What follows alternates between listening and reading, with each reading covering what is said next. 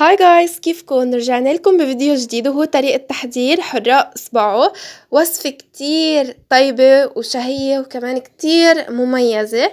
ويلا لنبلش بالمكونات. اول شي بدنا كيلو من المعكرونة، وهيدي المعكرونة بتجي خصوصي لهيدي الوصفة، بتجي على شكل مربعات. هلأ رح تشوفوا بالفيديو كيف. وكمان رحنا منحتاج لكبيتين من العدس المسلوق، كمان منحتاج لضمتين من البقدونس، واحدة منطبخها بقلب الطبخة والتانية رحنا منقليها مع التوم. وكمان بدنا راسين توم، واحد منطبخه بقلبها وواحد منقليهم مع الكزبرة. وكمان بنحتاج زيت زيتون، معلقة كبيرة من الملح، نص كيلو تمر هندي، بدنا كمان معلقتين كبار من دبس الرمان، بدنا كمان 6 حبات من البصل، واحدة بنطبخها والخمس البقايا بنقليهم مع زيت وبنحطهم على الوجه. وكمان رحنا بدنا رغيفين خبز كبار لحتى نقليهم. ويلا لنبلش بتحضير الحراق اصبعه.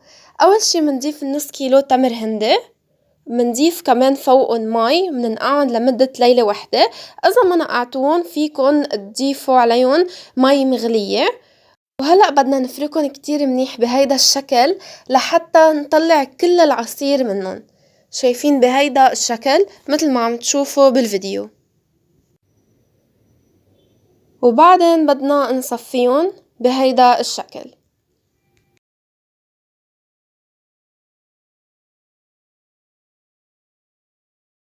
ورحنا لازم نتأكد كمان انه صفيناهن كتير منيح، فبدنا نرجع كمان نعيد عليهم بس بمنخلة اصغر بهيدا الشكل. شايفين كيف؟ نتأكد انه معاش في شي، كل شي اتصفى مثل ما شايفين بالفيديو.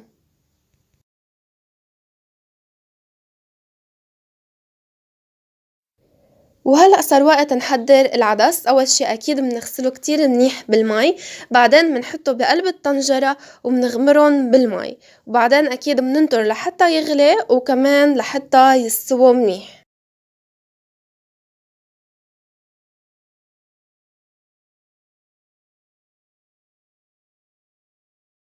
وهلأ هون غلت المي فمننطره لحتى يستوي منيح. وبهيدا الوقت رحنا هون حضرنا الخبز. فيكن انتو عادي تشقفون كيف ما كان، او فيكن كمان تقطعون بالسكينة، بيطلع شكلهم كتير حلو عشكل مربعات. شايفين كيف؟ وكمان هون منقطع البصل على شكل دوائر او شرحات. وهلأ منضيف زيت الزيتون ومنضيف البصل فوقن. هولي 5 بصلات قطعناهن، وضروري انه تحركوا كل شوي احلى ما يحترقوا معكن. يعني لازم تضلكن تحركوا لحتى يصير لونن ذهبي. وهلأ شايفين كيف هيدا هو اللون اللي بدنا اياه، وبنتركن على جنب. وهيدي هي المعكرونة اللي قلتلكن انه بتجي خصوصي لهيدي الاكلة. وكمان اذا مش موجودة عندكن فيكن انتو تساووا العجينة وتعملوها عادي، او فيكن كمان تستخدموا المعكرونة العادية. بس رحنا اكيد منفضل هيدي المعكرونة لانه هي خصوصي بتجي لهيدي الاكلة. وهلأ بقلب طنجرة منضيف زيت الزيتون، ومنضيف بعدين بصل.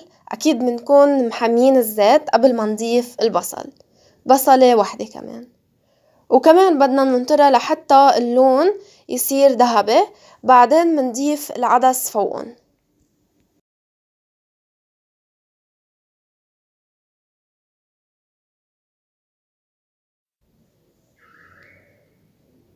وهلأ هون منضيف المي اللي سلقنا فيها العدس، منحطهم بقلبها، وكمان بعدين منضيف عدس كمان بهيدا الشكل. وهلأ منضيف التمر هندي اللي حضرناه أنا وياكن سابقا بهيدا الشكل. وبعدين منضيف دبس الرمان، ومنزدلن شوية مي،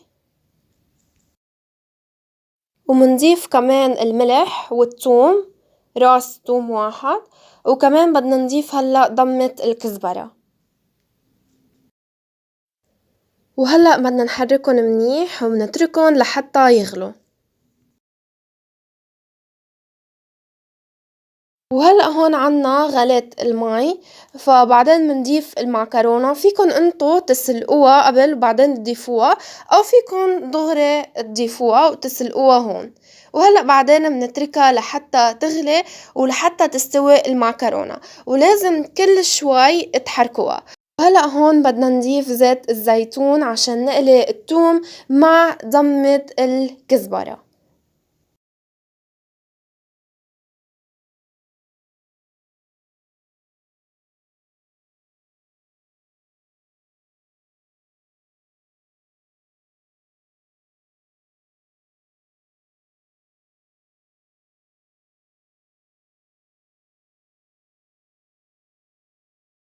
وهلأ منحرّكن شوي ومنشيلُن ما بدنا إياهن كتير ينقلوا بهيدا الشكل شايفين، وهلأ بعدين بدنا نشوف المعكرونة بدنا كمان نضلنا عم نحرّكا عشان ما يلزقوا المعكرونة بقلب الطنجرة أو كمان عشان ما يحترقوا، فضروري لازم نضلنا عم نحرّك دايمًا كل هيك تقريبًا شي 5 دقايق لازم نحرّك ومنشوفا كمان إذا استوت والّا لأ.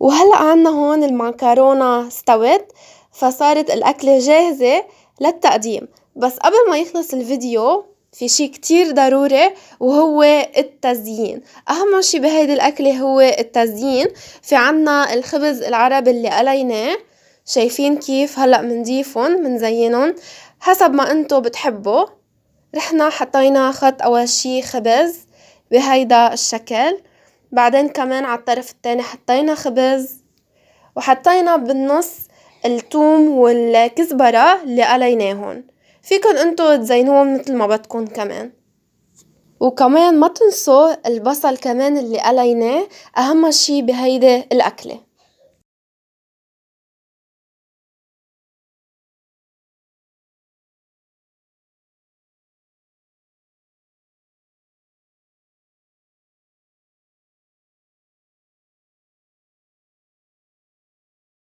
وهيك بيكون خلص الفيديو لليوم، ما تنسوا تعملولنا لايك وسبسكرايب وكمان تعملولنا فولو على الانستا، مننزل كتير فيديوز خلف الكواليس، وهيك بيكون خلص الفيديو. باي منشوفكم بالفيديو الجاي.